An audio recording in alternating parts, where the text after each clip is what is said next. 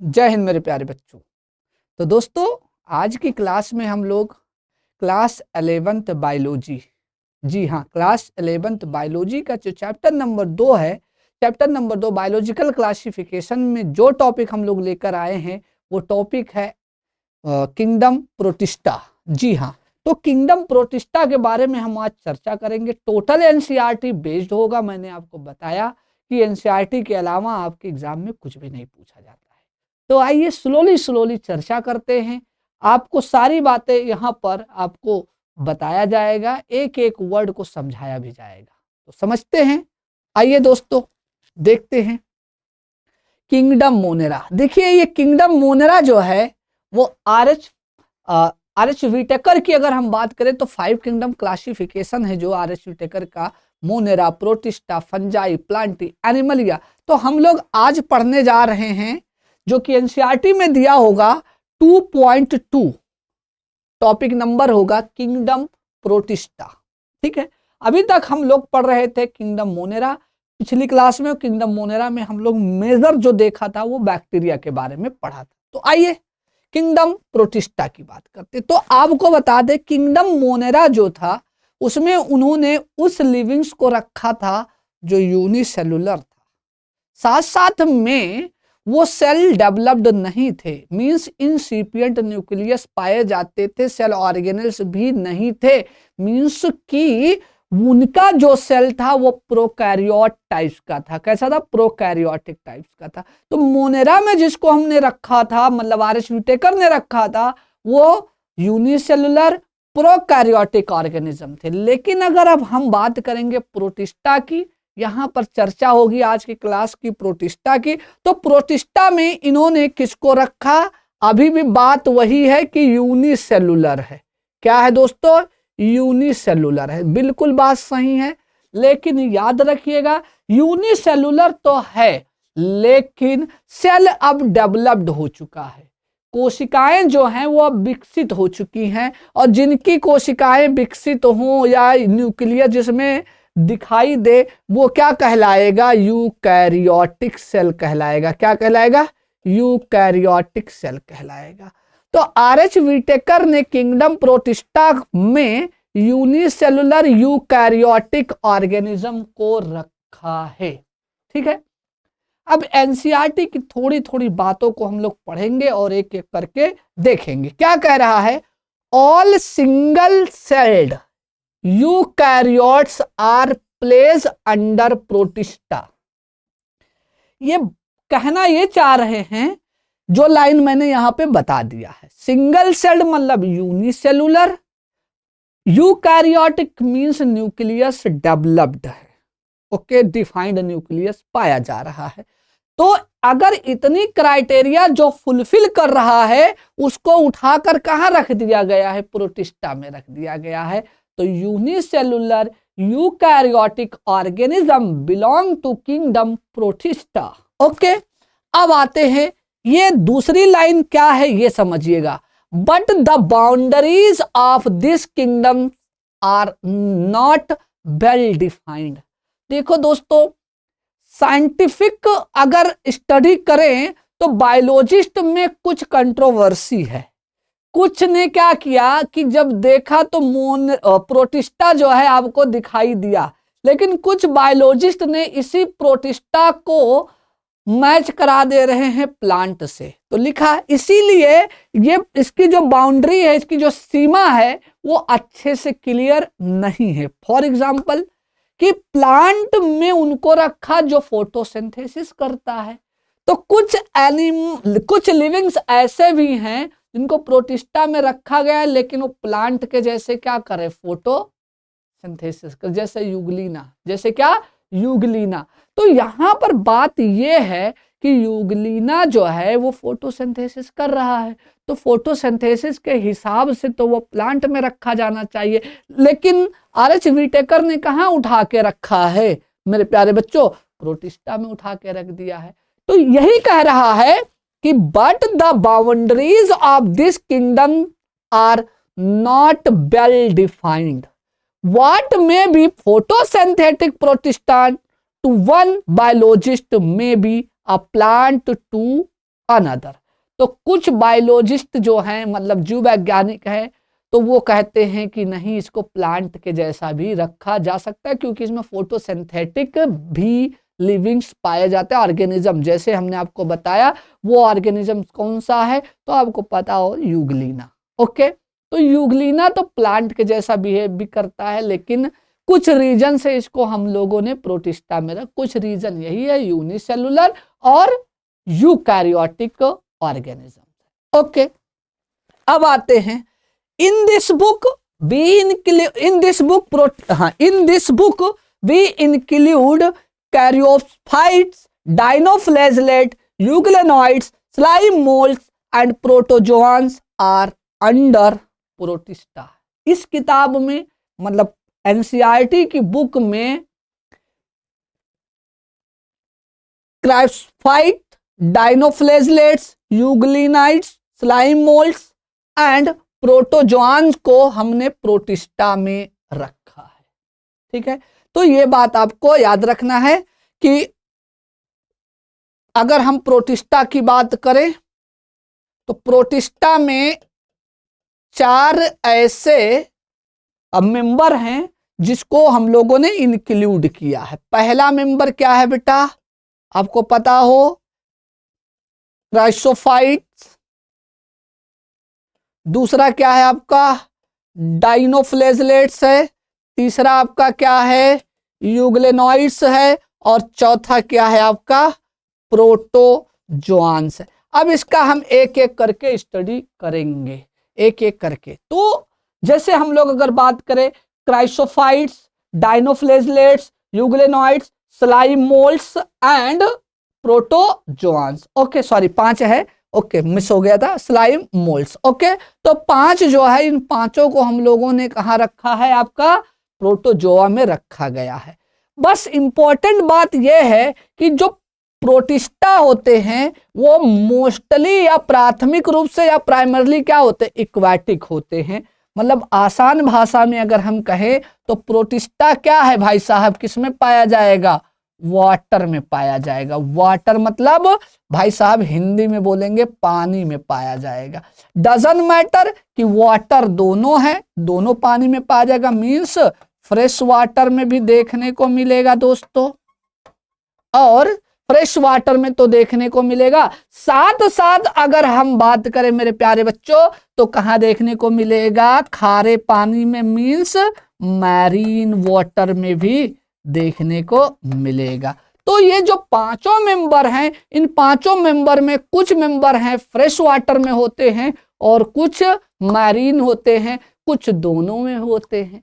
तो यही बातें आपको बट याद रखिएगा कि प्रोटिस्टा एक्वाटिक होता है। क्या होता है, एक्वाटिक मतलब पानी में पाए जाते हैं। ओके, अब आते हैं हम लोग एक एक पढ़ते हैं। जैसे क्राइसोफाइट्स सबसे पहले पढ़ेंगे, उसके बाद डाइनोफ्लैजेलेट्स पढ़ेंगे, फिर यूग्लेनॉइड्स पढ़ेंगे, फिर स्लाइम मोल्ड्स पढ़ेंगे, फिर प्रोटोजोआ पढ़ेंगे, फिर जो है एक एक का एग्जाम्पल भी हम लेकर आएंगे। तो आइए दोस्तों, आइए देखते हैं। इससे पहले कि हम लोग क्या करेंगे, थोड़ा सा प्रोटोजोआ के बारे में और पढ़ लेते हैं, जो कि एनसीईआरटी में दिया गया है। Okay, this kingdoms form a link with the other dealing with plants, animal and fungi. देखिए दोस्तों, ये जो प्रोटिस्टा है ये तीनों को कनेक्ट करता है, एनिमल्स को भी, प्लांट्स को भी और फंगाई को, तीनों को ये कनेक्ट करने का काम करता है। Okay, Being eukaryotes, the protista cell body contain a well-defined nucleus। फिर वही बातें हैं कि भाई साहब प्रोटिस्टा क्या है, प्रोटिस्टा जो है वो क्या है आपका, यूकैरियोट है। क्या है, यूकैरियोट है। और यूकैरियोट है तो जाहिर सी बात है कि अगर यूकैरियोटिक है अगर, तो ये बड़ा इंपॉर्टेंट लाइन ये हो जाता है कि इसके अंदर वेल डिफाइंड न्यूक्लियस देखने को मिलेगा। क्या देखने को मिलेगा, वेल डिफाइंड न्यूक्लियस देखने को मिलेगा। और क्या देखने को मिलेगा, सेल के अंदर पाए जाने वाले सेल ऑर्गेनल्स भी देखने को मिलेगा, क्योंकि ये यूकैरियोट है। ओके, अब आते हैं, सम हैव फ्लैजेला और सीलिया। कुछ में फ्लेजला होता है और कुछ में सीलिया होता है। देखिए लोकोमोटरी ऑर्गन होते हैं लिविंग्स में, तो लोकोमोटरी ऑर्गन का काम होता है कि उनका लोकोमोशन कराना। अब लोकोमोशन अगर कर रहा है तो डेफिनेटली वो किसी ना किसी माध्यम से या कहीं ना कहीं कोई एक ऑर्गन होगा जिससे वो लोकोमोशन करेगा। जैसे हम लोगों का लोकोमोटरी ऑर्गन पैर है, वैसे ही इनके पास लोकोमोटरी ऑर्गन फ्लेजिला भी है और सीलिया भी है। सीलिया किस में पाया जाएगा? पैरामीशियम में। कहां पाया जाएगा? पैरामीशियम में होता है सीलिया, मींस पैरामीशियम का लोकोमोटरी ऑर्गन सीलिया है। अब आते हैं फ्लेजिला की बात करेंगे तो यूग्लिना में पाया जाता है फ्लेजिला। क्या पाया जाता है? फ्लेजिला। और भी ऐसा नहीं है कि इसी में मिलता है। तो इसका ये सीलिया और फ्लेजिला जो है वो लोकोमोटरी ऑर्गन्स है। तो मोस्टली जो है देखने को मिलेगा some have flagella and cilia. Protista reproduce asexually. अब बड़ा इंपॉर्टेंट बात यह है कि जो प्रोटिस्टा होगा वो दोनों मेथड से क्या करेगा बेटा? रिप्रोड्यूस करेगा। मतलब इनका जो रिप्रोडक्शन होगा वो दो मेथड होंगे। रिप्रोडक्शन का जो मेथड होगा वो दो मेथड होंगे दोस्तों। ओके, ये बात आपको याद रखना है। पहला है आपका सेक्सुअल मेथड, मतलब सेक्सुअली रिप्रोड्यूस करेंगे, और दूसरा क्या होगा? असेक्सुअल मेथड होगा। तो सबसे पहले हम लोग चर्चा करते हैं सेक्सुअल मेथड पर। तो देखिए सेक्सुअल मेथड में जैसे बाइनरी फिशन, क्या हो गया? बाइनरी फिशन पाया जाता है। बाइनरी फिशन किस में होता है? सबको पता है बाइनरी फिशन यूग्लिना में भी होता है। बाइनरी फिशन अगर हम लोग देखेंगे तो अमीबा में भी होता है बाइनरी फिशन। लेकिन ये बात आपको याद रखना होगा कि मल्टीपल फिशन भी होता है। मल्टीपल फिशन किस में हो रहा है? जैसे प्लाज्मोडियम, प्रोटोजोआ है कि नहीं है? तो प्लाज्मोडियम में क्या होता है? Multiple fission. तो this types of reproduction is called asexual reproduction. अब सेक्सुअल मेथड भी होता है डेफिनेटली। तो सेक्सुअल मेथड में जाइगोट का फॉर्मेशन करेगा। क्या करेगा? जाइगोट का फॉर्मेशन करेगा।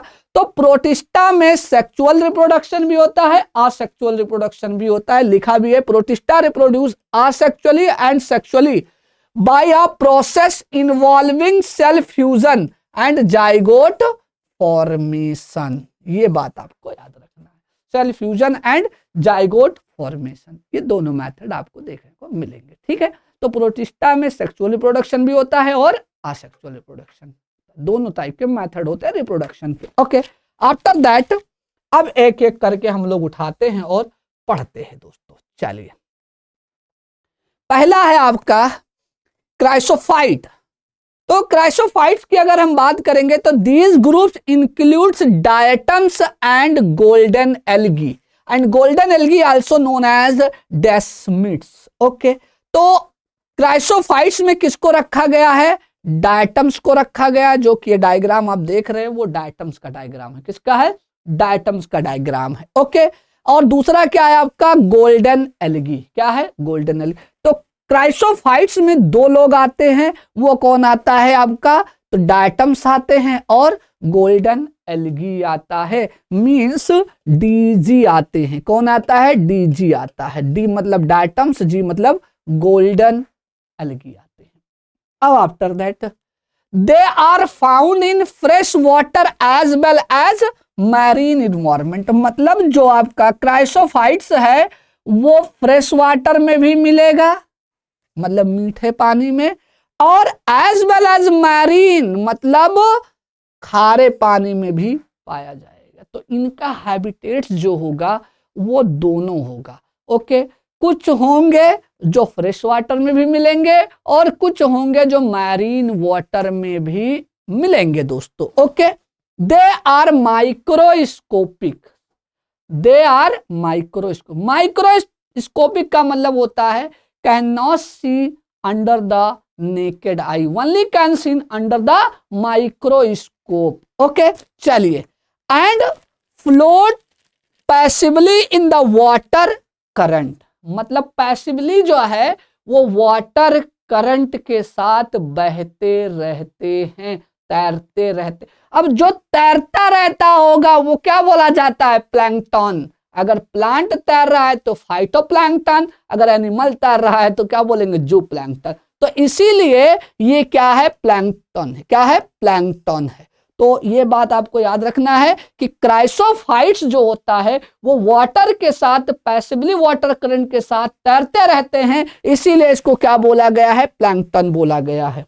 इतनी बातें क्लियर है प्यारे बच्चों, कोई दिक्कत नहीं। डिक्टू एनसीईआरटी आएगा नीट में, चाहे देख लेना, ठीक है। चलिए, most of them are photosynthetic. अब यह बात बड़ा इंपॉर्टेंट है कि ज्यादातर क्राइसोफाइट जो होते हैं वो फोटोसिंथेटिक होते हैं। क्या होते हैं, फोटोसिंथेटिक होते हैं। ये बड़ी इंपॉर्टेंट बातें हैं, है ना। तो ये बात याद रखिएगा कि मोस्टली डायटम्स जो क्राइसोफाइट्स जो होते हैं वो क्या होते हैं, फोटोसिंथेटिक होते हैं। डेफिनेटली प्लांट होगा, है ना, तभी फोटोसिंथेसिस कर रहा होगा। लेकिन कंट्रोवर्सी है, ना तो प्लांट्स है, कुछ नजरिए से देखा जाए तो प्लांट्स है, और कुछ नजरिए से देखा जाए तो क्या है, प्रोटिस्टा। ओके, आइए, in diatoms the cell wall form two thin overlapping cell. मतलब जो डायटम्स होता है उसका सेल वॉल जो होगा वो ओवरलैप करता हुआ दिखाई देगा। मैं डायग्राम में आगे की स्लाइड में दिखाने की कोशिश कर रहा हूं आपको, देखिएगा दोस्तों। चलिए, ओके, कह रहा है in diatoms the cell walls form two thin, ये लाइन याद रखिएगा, two thin overlapping cells which fit together as a soap box. साबुदानी रेखा है, ये साबुदानी, इनका सेल वॉल हमने क्या किया, काट के निकाल लिया। ये लो भाई साहब, है ना। तो जैसे साबुन वाली साबुदानी, नीचे वाला छोटा होता है, ऊपर वाला बड़ा होता है, तो छोटे वाले को बड़ा वाला क्या कर लेता है, ढक लेता है। तो ये वाला क्या है भाई साहब, लार्ज है, मतलब बड़ा है, और नीचे वाला क्या है, स्मॉल है। ओके, तो छोटे वाले को बड़े वाले ने क्या कर लिया, ढक लिया है। इसी के अंदर तो साबुन रखा जाता है कि नहीं। तो साबुदानी के जैसे, या सॉप केस के, या सॉप बॉक्स के जैसा ही इसका सेल वॉल। अब इसका जो ये वाला हिस्सा दिखाई दे रहा है, ये सिलिका का बना होता है। आगे कहानी बताई गई है एनसीईआरटी में, ठीक है दोस्तों। मैं बहुत ज्यादा आपको कुछ बता नहीं रहा हूं, बहुत ज्यादा बताएंगे तो हमारा लेक्चर भी नहीं सुनेंगे, आप कहेंगे क्या सर, है ना, इतने नहीं तो बता के क्या करोगे, इतना ज्ञान हमको नहीं चाहिए, हम ज्ञान दे भी नहीं रहे। बट हाँ, एनसीईआरटी को डिक्टेट करने की कोशिश कर रहे हैं दोस्तों, ठीक है, वही बात समझना है। चलिएगा, अब जरा समझिएगा, ये बड़ा इंपॉर्टेंट है कि सॉप बॉक्स के जैसा, है ना, सेल वॉल किस में है, तो डायटम्स में है। इस तरह से सेट होते या फिट होते हैं एक दूसरे जैसे, like this. Okay, the walls are embedded with silica and thus the wall are indestructible। मतलब ये कह रहा है कि इनका जो वॉल है वो किससे बना होता है बेटा, सिलिका से बना होता है, इसीलिए ये नष्ट नहीं होता है, इसीलिए ये नष्ट नहीं है, लिखा नहीं, ना डिस्ट्रक्टेबल, नष्ट नहीं किया जाता है, मतलब इनका डिस्ट्रक्शन नहीं किया जा सकता है। क्यों, क्योंकि सिलिका से बना होता है। किसका बना होता है, सिलिका से बना होता है। ये बड़ा इंपॉर्टेंट लाइन है। ओके, देखिए, जो क्वेश्चन पूछे जाते हैं वो इसी पैराग्राफ से पूछे जाते हैं, या इसी 4 लाइनों से पूछे जाते हैं डायटम्स के बारे में, अगर देखा जाए तो, है ना। चलिए, 10 diatoms have left behind large amount of cell wall deposit the their habits. अब जरा समझिएगा, सिलिका है, बालू है कि नहीं है इसके अंदर, हाँ, बहुत सारे सेल वॉल इकट्ठा होंगे, मतलब बालू क्या हो रहा है, इकट्ठा हो रहा है। ओके, दिस एक्युमुलेशन मतलब इकट्ठा over billions of years is referred to diatomaceous earth. Earth मतलब यहाँ मिट्टी बोला जाएगा, अर्थ मतलब पृथ्वी नहीं, मतलब मृदा जिसको बोले, मिट्टी बोलते हैं ना। तो जब मिलियंस ईयर से ये इकट्ठा हो रहे हैं, अगर मिलियन ईयर से इकट्ठा हो रहे तो डेफिनेटली ये क्या हो जाएंगे दोस्तों, समझ में आ रहा है। तो इतने दिनों से अगर इकट्ठा हो रहे हैं तो भाई साहब क्या होगा आपका, है ना, तो कहीं ना कहीं जमाव ज्यादा हो जाएगा। तो उस जमाव को क्या बोलते हैं, डायटोमेशियस अर्थ बोला जाता है। अब बीइंग गिल्टी मतलब कड़दार या कड़ के साथ में, या पार्टिकुलेट जैसे बोला जाता है, being guilty this soil is used in polishing, है ना, तो इसका यूज पॉलिश में करते हैं कड़िकामय होने के नाते। फिल्ट्रेशन ऑफ ऑयल्स मतलब तेल के फिल्ट्रेशन में, एंड सिरप, है ना, तो सिरप में भी filter of oils and syrup के फिल्टर में भी यूज किया जाता है, पॉलिशिंग के लिए यूज किया जाता है। इसके पीछे की वजह यह है कि ये ग्रिटी होती है। क्या होता है? ग्रिटी होती है। Diatoms are the chief producer in the ocean. क्या है? In the ocean. बड़ा इंपॉर्टेंट बात है भाई साहब। देखिए, जब हम ओशियन का इकोसिस्टम उठाएंगे तो उस इकोसिस्टम में सबसे पहले हम फोकस करेंगे किसकी बात है? प्रोड्यूसर की बात करेंगे। तो प्रोड्यूसर जो ओशियन में होगा वो सबसे पहला ही क्या होगा बेटा? फाइटोप्लैंक्टन होगा। क्या होगा? फाइटोप्लैंक्टन होगा। और हमारा फाइटोप्लैंक्टन यहां पर क्या है बेटा? डायटम्स है। क्या है? डायटम्स। ठीक है, इसीलिए डायटम्स जो है वो चीफ प्रोड्यूसर है किसमें? ओशियन में, मुख्य उत्पादक है। ठीक है दोस्तों, अब इसी को छोटी छोटी इंसेक्ट्स वगैरह ये सब खाएंगे, इंसेक्ट्स को मछलियां खाएंगी, मछलियों को उससे बड़ी लो, ऐसे ही इकोसिस्टम चलता रहता है, ये आपको पता है। ठीक है दोस्तों, तो बड़ी नॉर्मल बातें थी। हाँ, एक बार याद रखिएगा, शॉप केस वाली बातें याद रखिएगा, और क्या याद रखना है? डायटोमिशियस अर्थ के बारे में याद रखना है। ओके, चलिए अब आते हैं दूसरा, वो है डायनोफ्लेजलेट। क्या है? डायनोफ्लेजलेट्स के बारे में पढ़ने जा रहे हैं। ओके, अब जो एनसीईआरटी में दिया गया है भाई साहब, मैं वही बताने की कोशिश कर रहा हूं। कहो तो मैं भोजपुरी में बता दूं, कहो तो मैं हिंदी में बता दूं, कहो तो अंग्रेजी में बता दूं, कहो तो उर्दू में बता दें, बट पूछा तो एनसीईआरटी से ही जाना है दोस्तों। ओके, क्लियर हो गया। अब आते हैं, these organisms are mostly marine. याद रखिएगा, मोस्टली वर्ड बड़ा इंपॉर्टेंट होता है, बड़ा कंफ्यूज करता है आपके एग्जाम में। वो कह दे कि ऑल डायनोफ्लेजलेट्स आर मैरीन, सोचोगे हाँ सर पढ़े तो थे मैरीन है, लेकिन बात गलत है ना? मोस्टली है, इसका मतलब कुछ ना कुछ एक्सेप्शन भी होगा, है ना? तो these organisms are mostly marine and photosynthetic. क्या होगा? तो याद रखिएगा कि डायनोफ्लेजलेट की दो बातें बड़ा, एक तो मैरीन होते हैं मोस्टली, और दूसरा क्या है? फोटोसिंथेटिक होता है। They appear yellow color, green color, brown color, blue color and red, depending on the main pigments present in their cell। तो जैसा पिगमेंट वैसा रंग, है ना? तो कई सारे मल्टीपल कलर के हो गए कि नहीं? मल्टी कलर के। तो ये येलो कलर भी होते हैं, ग्रीन कलर भी होते हैं, ब्राउन कलर भी होते हैं, ब्लू भी होते हैं, रेड भी होते हैं। डिपेंड करता है इनके सेल के अंदर कौन सा पिगमेंट है। डिपेंड करता है कि इनके सेल के अंदर कौन सा पिगमेंट है। तो जैसा पिगमेंट वैसा कलर दिखाई दे देगा। ओके, चलिए। The cell wall has stiff cellulose plates. कई सारे जो इनका जो सेल वॉल होता है वो कई सारे प्लेट्स के बने होते हैं। और किससे बने होते हैं बेटा? सेलुलोज से बने होते हैं। On the outer surface the most of have two flagella. इसके अंदर दो फ्लेजला पाया जाएगा। एक फ्लेजला यह है ना? दो फ्लेजला पाया जाएगा। तो याद रखिएगा इसके अंदर दो फ्लेजला है। अब दो फ्लेजला में मैंने एक ही फ्लेजला क्यों दिखाया वो मैं आपको बताने जा रहा हूं। वन लाइज लॉन्गिट्यूडनली, एक क्या होता है? लंबवत, लॉन्गिट्यूडनल, जो मैंने दिखा दिया है। और दूसरा जो है and the other transversely in the furrow between the wall plate. दूसरा क्या होता है? ट्रांसफर। तो याद रखिएगा डायनोफ्लेजलेटा, डाई मतलब दुई होता है, फ्लेजला मतलब दुई फ्लेजलेटा होगा। इसके अंदर दो फ्लेजलेट है ना, फ्लेजला होगा। तो एक लॉन्गिट्यूडनल होगा और दूसरा क्या होगा? दूसरा हॉरिजॉन्टल होगा, या कह सकते हैं ट्रांसवर्स होगा। बट याद रखिएगा जो ट्रांसवर्स है वो इस फ्यूरो में पाया जाता है। फ्यूरो मतलब खांच में पाया जाता है। किस में पाया जाता है? खांच में पाया जाता है। तो ये बात आपको याद रखना है, एक लॉन्गिट्यूडनल होता है और दूसरा क्या होगा? ट्रांसवर्स होगा। बिटवीन लिखा हुआ है कि in furrow between the wall plate.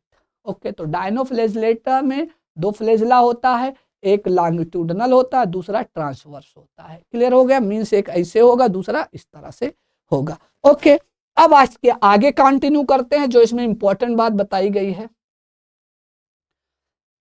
Very often red डायनोफ्लेजलेट्स undergo such rapid multiplication that they make the sea appear red tide। देखिए भाई साहब, जब हम लोग बात करेंगे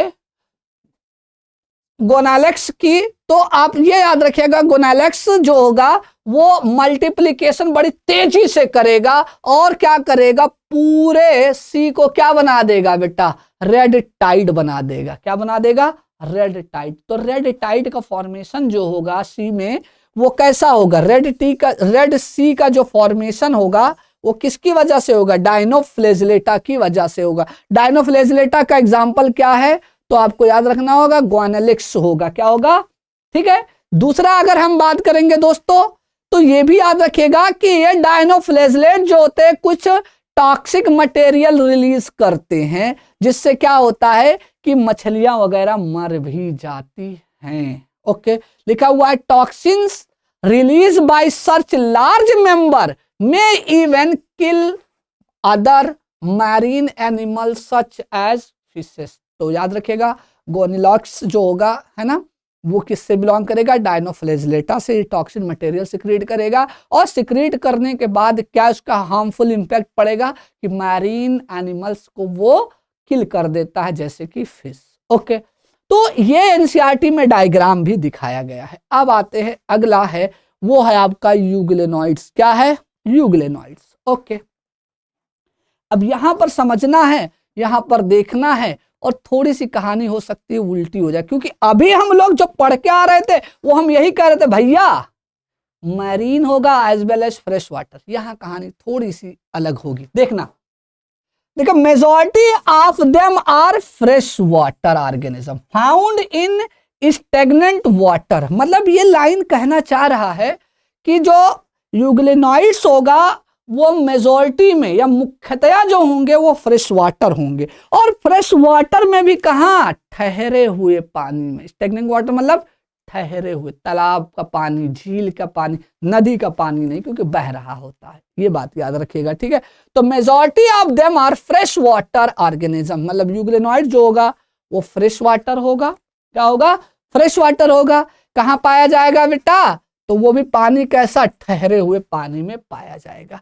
अब इससे बढ़िया कहानी यह है कि इसमें सेल वॉल नहीं पाया जाता, इसमें सेल वॉल नहीं पाया जाता। तो instead of a cell wall they have protein rich layer called pellicle. तो याद रखिएगा कि यूग्लेनॉइड्स में सेल वॉल एब्सेंट होगा। क्या होगा, सेल वॉल एब्सेंट होगा, और सेल वॉल की जगह पर क्या पाया जाएगा, तो याद रखिएगा प्यारे बच्चों, पेलिकिल पाया जाएगा। क्या पाया जाएगा, पेलिकिल पाया जाएगा। और पेलिकिल किसका बना है, प्रोटीन का बना है। किसका बना है, प्रोटीन का बना हो, which make their body flexible. इसी की वजह से इनकी बॉडी कैसी होती है, फ्लेक्सिबल होती है। तो सेल वॉल ऑफ यूग्लेनॉइड या euglena is made of protein is called pellicle, है ना, याद रखिएगा। पेलिकिल बोलते, सेल वॉल की जगह वहां क्या बोला जाएगा, पेलिकिल, ना कि सेल वॉल बोला जाएगा वहां पे, ठीक है तो सेल वॉल ही, बट याद रखिएगा सेल वॉल की जगह पर वहां पेलिकिल बोला जाएगा, जो कि प्रोटीन की बनी होती। इसी की वजह से ये फ्लेक्सिबल होते। क्या होते, फ्लेक्सिबल होते, देख सकते हैं, which makes their body flexible. Okay, अगला है, अब आते हैं, जरा ध्यान से देखिएगा। अगर हम यूग्लेनाइड की बात करेंगे तो दे हैव टू फ्लैजेला, मतलब इसमें भी दो फ्लैजेला होते हैं, एक लंबा और दूसरा क्या होता है बेटा, छोटा। तो देख लीजिएगा, a short and a long one. तो ये वाला जो है वो लॉन्ग आपको दिखाई दे रहा होगा, और ये वाला जो दिखाई देता है ये क्या है, शॉर्ट है। बड़ा इंपॉर्टेंट बात है। तो याद रखिएगा, यूग्लिना में भी दो फ्लैजेला होते हैं, जैसे हम लोग डायनोफ्लेजिलेटा में, उसमें भी दो फ्लैजेला, एक लॉन्गिट्यूडनल दूसरा ट्रांसवर्स, इसमें भी दो हैं, एक लंबा दूसरा छोटा। ओके, चलिए, through they photosynthetic in the presence of sunlight. तो यूग्लिना जो है, अगर सनलाइट यूग्लिना को मिल रहा है तो फोटोसिंथेसिस करेगा। क्या करेगा, फोटोसिंथेसिस। इसका मतलब यह हुआ कि यूग्लिना के अंदर कहीं ना कहीं फोटोसिंथेटिक पिगमेंट है। समझ में आ रहा है, यूग्लिना के अंदर फोटोसिंथेटिक पिगमेंट होने की वजह से वो फोटोसिंथेसिस कर पा रहा है। ऑटोट्रॉफ्स हो गया कि नहीं होगा? डेफिनेटली हो गया। ओके, और ऑटोट्रॉफ्स अगर है तो प्लांट के जैसा बिहेव करते। तो in the presence of sunlight euglena क्या कर रहा है? फोटोसिंथेसिस कर रहा है। When deprived of sunlight they behave like heterotrophs by predating on other smaller organisms। अगर सनलाइट नहीं है तो भैया छोटे छोटे ऑर्गेनिज्म को पकड़ कर शिकार करके खाएंगे, मतलब हेटेरोट्रॉफ्स रहेंगे। तो याद रखिएगा ये ऑटोट्रॉफ्स हैं और हेटेरोट्रॉफ्स मींस ये प्लांट के जैसा भी बिहेव करते हैं और एनिमल के जैसा भी बिहेव करते हैं। इसीलिए इसको connecting link between plants and animal कहा गया है। किसको? यूग्लिना को connecting link between plant and animal कहा गया है। ओके, अब क्या कर रहा है आगे देखिए। The pigment of euglenoids are identical to those present in higher plant. वो कह रहा है कि यूग्लिना में वैसे ही फोटोसिंथेटिक पिगमेंट होता है जैसे कि हायर प्लांट में होता है। मींस क्लोरोफिल, यहां पर भी क्लोरोफिल है। समझ में आ रहा है? और आपको पता है यूग्लिनाइड का, ठीक है, कोई दिक्कत नहीं होनी चाहिए। अब आते हैं, आगे बढ़ेंगे। चलिए आगे क्या कह रहा है? आगे कह रहा है कि स्लाइम मोल्ड्स क्या है? Slime mould. सबसे बढ़िया बात यह है कि स्लाइम मोल्ड्स को बोलते क्या है? स्लाइम मोल्ड्स सैप्रोफिटिक प्रोटिस्टा, मतलब कहीं ना कहीं ये फंगाई के जैसा है। Okay, the body moves along decaying twigs and leaves engulfing organic material. ये वैसे ही टहनियों या इन लोगों की तरह है ना, पत्तियों की तरह मूव करेगा ताकि ऑर्गेनिक मटेरियल को वो क्या कर सके? खा सके। इनगल्फिंग मतलब इनटेक कर सके। Okay, under suitable condition they form an aggregation called plasmodium। जब ये बहुत ज्यादा इकट्ठे हो जाते हैं तो इनको हम क्या बोलते हैं? Plasmodium. which may grow and spread over several feet during unfavorable condition। जब unfavorable condition आएगा तब क्या होगा? ठीक है, during unfavorable condition the plasmodium differentiate and form fruiting body bearing spore at their tip. जब अनफेवरेबल कंडीशन आ जाएगा तो स्पोर का फॉर्मेशन करेगा और स्पोर जाकर क्या करेगा? ऊपर की तरफ इकट्ठा हो जाएगा। The spores possess true wall. Spores के पास क्या होगा? वॉल होगा। And they are extremely resistant and survive for many years. तो भाई साहब जब वॉल बना लेगा स्पोर्स तो कई सालों तक क्या करेगा? ये अपने आप को एक्सट्रीम कंडीशन से सरवाइव कर लेगा या बचा लेगा। Okay, even under adverse condition, अगर प्रतिकूल परिस्थिति आ जाती है तो भी अपने आप को। The spores of dispersed by air current, मतलब जो इसका स्पोर्स होता है उसका फैलाव जो हो रहा है वो एयर करंट के थ्रू हो रहा है। किसके थ्रू हो रहा है? एयर करंट के थ्रू हो रहा है। ठीक है, चलिए अब आते हैं नेक्स्ट इज प्रोटोजोआंस। क्या पढ़ेंगे हम लोग? प्रोटोजोआंस पढ़ेंगे। ओके, चलिए तो प्रोटोजोआ मतलब अगर हम बात करेंगे तो पैरासाइट अपने आप नाम याद आ जाता है। ओके, चलिए खैर आगे बढ़ते हैं। कह रहा है कि ऑल प्रोटोजोआंस आर हेटेरोट्रॉफ्स। फिर से सुनिएगा, लाइन बड़ी अच्छी है, दिखने में बड़ा मजा आ रहा है, सुनने में बड़ा मजा आ रहा है। All protozoans are heterotrophs. क्या है? हेटेरोट्रॉफ्स है। आगे क्या लिखा है? Live as predators are parasites. हमने आपको बोला था कि मोस्टली ये क्या निकल रहे हैं? पैरासाइट्स होते हैं। क्या होते हैं?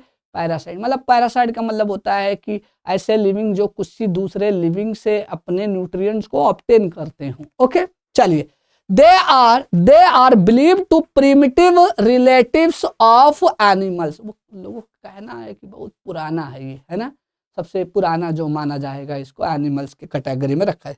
दे are 4 major groups of protozoa. तो प्रोटोजोआ के 4 ग्रुप है। कितने ग्रुप हैं? 4 ग्रुप्स हैं। चारों ग्रुप में चर्चा करते हैं। ये एक्चुअली में क्या होता है? लोकोमोटरी ऑर्गन के बेस पर भी मान सकते हो कि इसका क्लासिफिकेशन है। ओके, आफ्टर दैट ओके, पहला क्या है?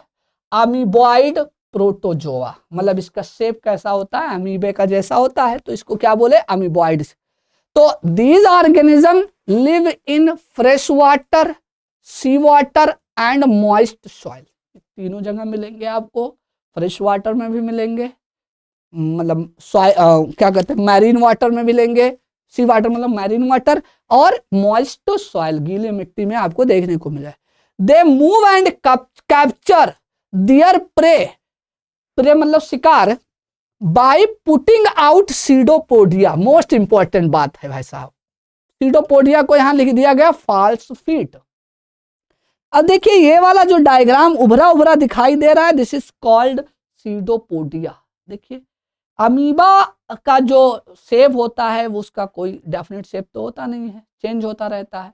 तो वो चेंज करता ही इसीलिए है ताकि वो चल सके, जा सके, है ना। तो इस जिसको वो क्या करता है, आउट ग्रोथ निकालता रहता है, उस आउट ग्रोथ को क्या बोला गया है, सीडोपोडिया। क्या बोला गया है, सीडोपोडिया। सीडो मतलब होता है वर्चुअल, पोडिया मतलब पैर होता है, तो वर्चुअल फीट होती है। और उसके बाद वो क्या करेगा, उसको डिसॉल्व करता रहेगा, दूसरा बनाता रहेगा।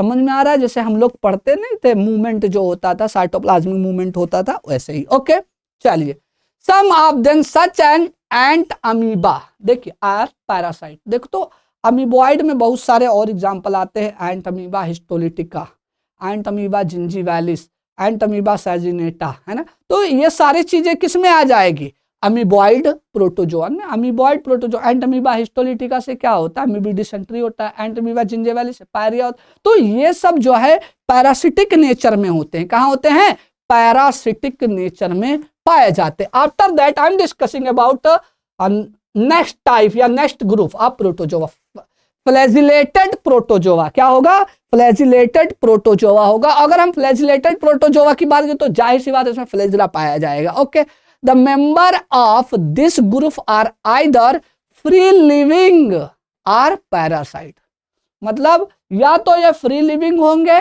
या क्या होंगे, पैरासिटिक भी होते हैं। पैरासिटिक मतलब inside the body, mostly Indo parasite होंगे। क्या होंगे, इंडो पैरासाइट होंगे। ओके, दे हैव फ्लैजिला, ये देख लो भैया फ्लैजिला इसके पास है कि नहीं है, तो दे हैव फ्लैजिला। ये हमने ट्रिपैनोसोमा का डायग्राम दिखाया है, ओके, जिससे स्लीपिंग सिकनेस होता है। Okay, the parasites form cause diseases such as sleeping sickness, और जिससे होता है वो क्या है बेटा, ट्रिपैनोसोमा। तो Trypanosoma example of flagellated protozoa. Okay, तो याद रखना है। अब ट्रिपैनोसोमा किसी इंसान में ऐसे डायरेक्ट तो नहीं पहुंचता है, वेक्टर पहुंचाता है, और वो वेक्टर का नाम है सीसी फ्लाई। क्या नाम है, सीसी फ्लाई। ओके, ग्लेशिना पल्पेलिस या सीसी फ्लाई। इतनी बातें क्लियर हो गई है। अब आते हैं next one is ciliated protozoan. किसकी बात करेंगे हम, सीलिएटेड प्रोटोजोआन की। दीज आर एक्वाटिक, क्या है, these are aquatic actively moving organism because of the presence of thousand of cilia. तो ये कह रहा है कि सीलिया पानी में है और उस पानी में बहुत तेजी से मूव करता हुआ, बहता हुआ चला। क्यों क्यों क्यों क्यों क्यों, ये जानिएगा। क्योंकि इसके चारों तरफ रोए रोए बाल के जैसा स्ट्रक्चर पाया जाता है, this is called cilia, this is called cilia पाया जाता है। मतलब पैरामीशियम का लोकोमोटरी ऑर्गन क्या होगा, सीलिया होगा। ओके, तो लिखा हुआ है सीलिया इसमें पाया जाता। They have a cavity called gullet, क्या है, इसके अंदर क्या पाया जाएगा, कैविटी, ये दिखाई दे रहा है, this is called okay gullet. Okay, that open to the outside of the cell surface. The coordinated movement of rows of cilia causes the water laden with food to be stored in the gullet। तो पानी बहता हुआ जाएगा, उसी में खाना पानी होगा, गलट के अंदर जाएगा, मजा आ जाएगा इसको। ओके, एग्जाम्पल क्या होगा, पैरामीशियम। पैरामीशियम आपको पता है स्लीपर लाइक एनिमल क्यों होता है। ओके, चलिए, and the next and the last one is sporozoans. क्या होगा, स्पोरोजोआन होगा। क्या होगा, sporozoans. This includes diverse organisms that have an infectious spores like stage in their life cycle। देखो स्पोरोजोआन्स में क्या होगा कि उनका जो इन्फेक्टिव स्टेज होगा वो होगा स्पोरोजॉइट्स, मतलब स्पोर्स होगा। ओके, जैसे फॉर एग्जांपल यहां पर जो हमने डायग्राम आपको दिखाया है वो है आपका प्लाज्मोडियम का। किसका दिखाया है? प्लाज्मोडियम। तो प्लाज्मोडियम से क्या होता है? मलेरिया होता है। क्या होता है? मलेरिया होता है। अब इसके दो होस्ट होते हैं, एक होता है मॉस्क्यूटो, दूसरा होता है ह्यूमन। ओके, तो भी इसका लाइफ साइकिल कंप्लीट होता है। ओके, तो अब जो इसका इन्फेक्टिव स्टेज ह्यूमन का है वो है लाइफ साइकिल का स्पोरोजॉइट्स। क्या है? लाइफ साइकिल का स्पोरोजॉइट्स है। क्लियर हो गया है? तो the most notorious in plasmodium malarial parasites which cause malaria, a disease which has the staggering effect on human population. तो प्लाज्मोडियम में जो मूवमेंट होता है वो किसी टाइप्स का मूवमेंट नहीं दिखेगा, क्योंकि उसके पास कोई लोकोमोटरी ऑर्गन नहीं। स्पोर का फॉर्मेशन हो रहा है, इसलिए इसको क्या बोला गया? स्पोरो, है ना, जॉन बोला गया। क्या बोला गया? स्पोरो जॉन्स बोला गया। तो दोस्तों ये रहे आज के टॉपिक, और इस टॉपिक पर हम लोगों ने चर्चा किया है। उम्मीद करते हैं आपको अच्छा लगा होगा, और ये वीडियो जो है आप ज़्यादा से ज़्यादा लोगों को शेयर भी करते रहिए। धन्यवाद।